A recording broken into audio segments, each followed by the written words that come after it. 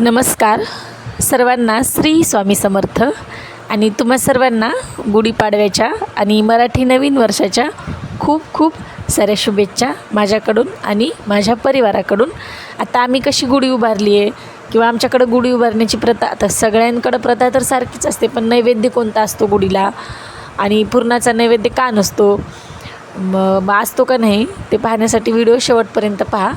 आता आज गुरुवार होता, खूप शुभ दिवस होता आणि गुढीपाडवा हे दोन्ही दिवस आता एका दिवशीच, म्हणजे गुरुवारच्या दिवशीच पाडवा आला होता. आणि मग नेहमीप्रमाणे मी आता हळदीचं लेपन केलं आहे दरवाजाच्या पुढं आणि मग उंबरट्याची पूजा वगैरे सगळं काही केली. आता प्रत्येक गुरुवारी हे करायची आता सवय झाली आहे. मग सगळं काही झाल्याच्यानंतर सिंपल अशी रांगोळी काढून घेतली, कारण थोडीशी धावपळ होती. मग आता जशी जमेल तशी रांगोळी मी काढून घेतली. त्यानंतर आता मी जे तुम्हाला दाखवत आहे तो आता खरचड आहे. आता याला म्हणजे प्रत्येक ठिकाणी वेगळं नाव असेल, पण आमच्याकडं खरचडच म्हणतात. आता ह्याचा एक फाटा, प्रत्येकाने एक एक फाटा असा पायाखाली घ्यायचा आणि फाटा मेनण्यापेक्षा डहाळा, आणि मग तसं केलं आंघोळ करताना पायाखाली घ्यायचा आणि मग आंघोळ करायची. असं केल्याने हे शुभ मानलं जाते. असं आता पहिल्यापासून हे सगळं आहे, त्यामुळं आम्ही करता आणि छान वाटतं अशा सगळ्या प्रथा वगैरे जोपासायला, आणि यात वेगळं काही वाटत नाही असं. मग नंतर आता बघा, हे सकाळचं वातावरण खूप छान झालं होतं, एवढं असं काही ऊनही नव्हतं आज, थोडंसं ढगाळ वातावरण असल्यामुळं. मग नंतर आता इथं गुढी उभारण्याचं चालू होतं आमचं. मग आता जे आजी आजोबा आहेत ना, आजी आजोबांसोबत यांनाही थोडंसं मध्ये लुडबुड करायला खूप आवडत होतं, त्यांच्यासोबत गुढी उभारायला. त्यांचाही थोडाफार हातभार लागला, म्हणजे ते काय सगळं त्यांनी केलं नाही म्हणा, पण असं छोटे मोठे कामं. मग आता ते पाहत होते, स्वरा तर खूप उत्सुकतेनं पाहत होती, कारण तिच्यासाठी आता हे नवीनच आहे. नवीन म्हणजे तिचा काही पहिला पाडवा नाही, पण आता तिला कळायला लागलं आहे यावर्षी थोडं थोडं. त्यामुळं आता तिला ते म्हणजे बघायला खूप उत्सुकता वाटत होती की नेमकं हे काय आहे, काय करायलेत. आता आम्ही अशा प्रकारे गुढी उभारतो, म्हणजे आधी पहिल्यांदा पूर्ण गुढी अशी खाली असताना आपण सगळं मग लावून घ्यायची, आणि मग वर तो जे बांबूला म्हणजे ती गुढी उभारलेली असते तो असा शिस्तीमध्ये वर हे करायचा, उभा करायचा, आणि मग अशा प्रकारे गुढी उभारायची. आता कलश पूजा वगैरे सगळीकडं आता काही ठिकाणी असते, काही ठिकाणी नसते, पण आमच्याकडं असते. कलशही मांडतात. आता काही जणींची पाहिली तर तिथं कलश नसतो, पण आम्ही तर मांडतात आता दरवर्षी. त्यामुळंच मग अशा प्रकारे आता खालीच गुढीची पूजा वगैरे केली, म्हणजे आता गुढीचा सगळी साडी वगैरे नेसवली, आणि मग अशा प्रकारे साईच्या आईनं म्हणजे आजीनी हे सगळ्यांनी मिळून अशी गुढी उभारली.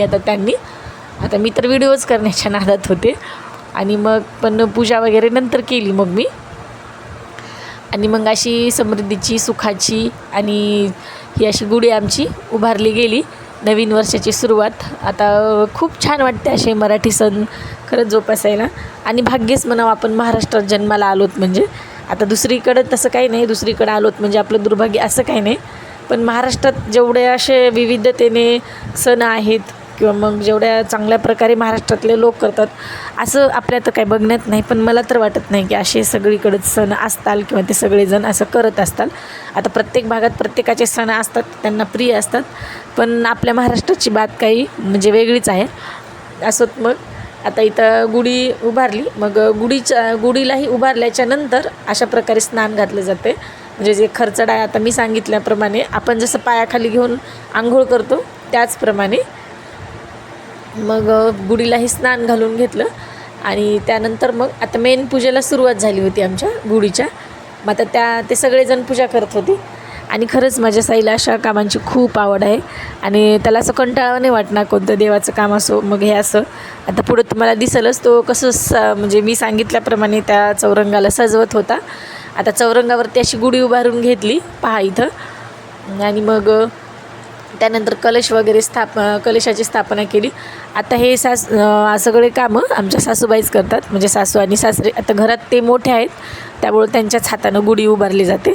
असं नाही की आम्ही उभारत नाहीत, पण मग त्यांना त्यांचा मान दिला की छान वाटते. आणि आता ते पहिल्यापासून करतात, त्यामुळं त्यांनी केल्यास काही चुकाही होत नाहीत.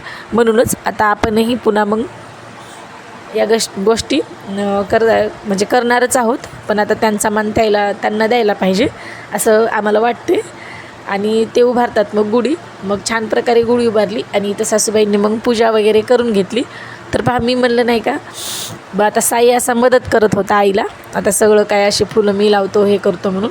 आता ते बाजूचा जो पसारा आहे तो इग्नोर करा आणि मग पूजा वगैरे जी चालू आहे त्याच्याकडेच लक्ष द्या, कारण आता असा पसारा पडणं तर साहजिक आहे.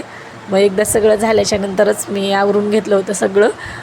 आणि खरंच खूप छान वाटते ना हे असं सगळे सण वगैरे करायला. आणि आमच्याकडं मेन म्हणजे आता या दिवशी पुरणाचा नैवेद्य गुढीला नसतो, पुरणपोळीचा स्वयंपाक करता आम्ही. कारण आता गुढीला नसला तरी मग गावातल्या देवांना वगैरे आता म्हणजे वर्षाचा पहिला दिवस मराठी वर्षाचा आता म्हणजे सुरुवात होणारी असते, त्यामुळं काहीतरी गोडधोड म्हणून बहुतेक पुरणाचा स्वयंपाक करत असताल. पण आमच्याकडं तरी कानोल्याचाच नैवेद्य असतो.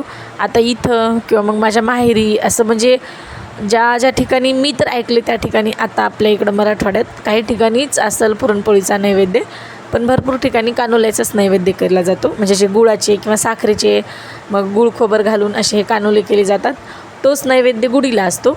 पुरणपोळीचा आम्ही पण स्वयंपाक सगळेजण करता, पण ते घरच्यांना खाण्यासाठीच आणि देवांना वगैरे मग देण्यासाठीच. तर गुढीला तर काही पुरणपोळीचा नैवेद्य नसतो. आता काय मागचं लॉजिक आहे मला काही माहिती नाही, असेल काही पहिल्यापासून. मग आता हे गोडधोड वगैरे आता मग हे आपण माणसांनाच खाण्यासाठी असते, गुढीला काहीही नसते. मग सुंदर अशी पूजा करून घेतली गुढीची. त्यानंतर मग पूजा झाल्याच्या नंतर सगळ्यांनी गुढीला नमस्कार केला, एखादा एकमेकाला आम्ही सगळ्यांनी कुंकू वगैरे लावून घेतलं. आणि हे जे तुम्हाला वाटीत दिसते गुढीच्या पुढं जे ठेवलं आहे ते प्रसाद, आता त्याला आमच्याकडं पनीर म्हणतात. पनीर म्हणण्यापेक्षा ते आता इथं म्हणजे वेगळंच नाव आहे त्याला, पनीरच म्हणतात. वेगळंच वाटते ऐकायला, पण ते एवढं खायला छान लागते. त्यामध्ये जी कैरी असते आपली कच्ची कैरी, गूळ थोडासा आणि जी कडुलिंबाचा जो तोर असते ते असतं, या तिन्हीचा मिळून तो प्रसाद केलेला असते. आणि त्याची चव तर एवढी छान लागते.